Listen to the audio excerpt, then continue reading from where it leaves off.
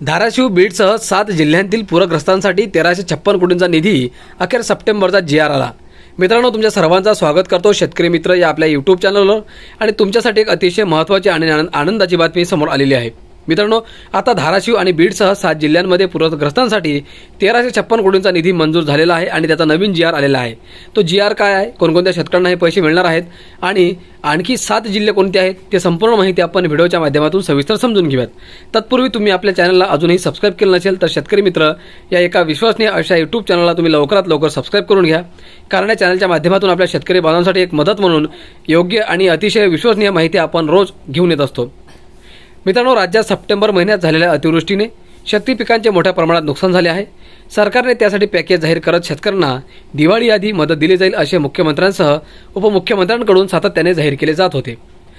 तशी मदत शेतकऱ्यांना देण्यास सुरुवात झाल्याची दावाही सरकारकडून केला जात आहे। आता सप्टेंबर महिन्यातील नुकसानीसाठी 1356 कोटी 30,22,000 रुपयांच्या निधीला मंजूर देण्यात आली आहे। महसूल विभागाकडून गुरुवारी याबाबतचा शासन निर्णय जारी करण्यात आला आहे। त्यानुसार सप्टेंबरमध्ये राज्यात पुणे विभागातील सातारा, कोल्हापूर आणि छत्रपती संभाजीनगर विभागातील बीड, धाराशिव, लातूर, परभणी आणि नांदेड जिल्ह्यांमध्ये तुफान पाऊस झाला होता। नद्यांना आलेल्या पुरामुळे शेती पिकांसह शेतजमिनीचेही मोठे नुकसान झाले। सरकारने गुरुवारी काढलेल्या GR नुसार या जिल्ह्यांना मदत जाहीर झाली आहे। शेतकऱ्यांना अनुदान स्वरूपात हा निधी वितरित केला जाणार आहे। नुकसानग्रस्त शेतकऱ्यांना DBT पोर्टलद्वारे थेट त्यांच्या बँक खात्यात निधी वितरित केला जाणार आहे। सर्वाधिक 577 कोटींहून अधिक निधी बीड जिल्ह्यांसाठी मंजूर झाला आहे। जिल्ह्यात 8 लाखांहून अधिक शेतकरी बाधित असून 6,44,918.55 हेक्टर शेतजमिनीचे नुकसान झाले आहे। त्याखालोखाल धाराशिव जिल्ह्यातील 4 लाखांहून अधिक शेतकऱ्यांना मदत दिली जाणार आहे। ही मदत 292 कोटींहून अधिक आहे।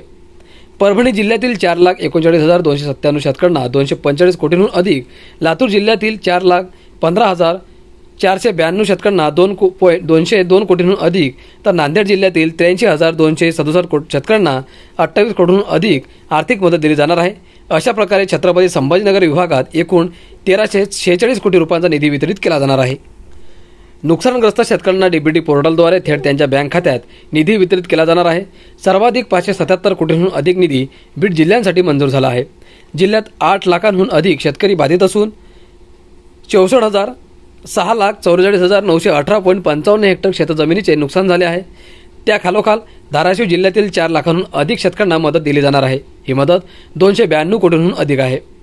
परभणी जिल्ह्यातील 4,39,297 शेतकऱ्यांना 245 कोटींहून अधिक, लातूर जिल्ह्यातील 4,15,492 शेतकऱ्यांना 202 कोटींहून अधिक, तर नांदेड जिल्ह्यातील 83,267 शेतकऱ्यांना 28 कोटींहून अधिक आर्थिक मदत दिली जाणार आहे। अशा प्रकारे छत्रपती संभाजीनगर विभागात एकूण 1346 कोटी रुपयांचा निधी वितरित केला जाणार आहे।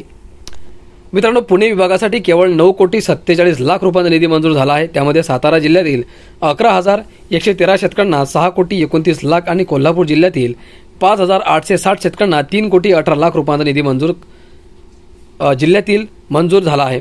सप्टेंबर महिन्यात सर्वाधिक नुकसान मराठवाड्यामध्ये झाले होते। प्रामुख्याने धाराशिव आणि बीड जिल्ह्याला पावसाने झोडपून काढले होते।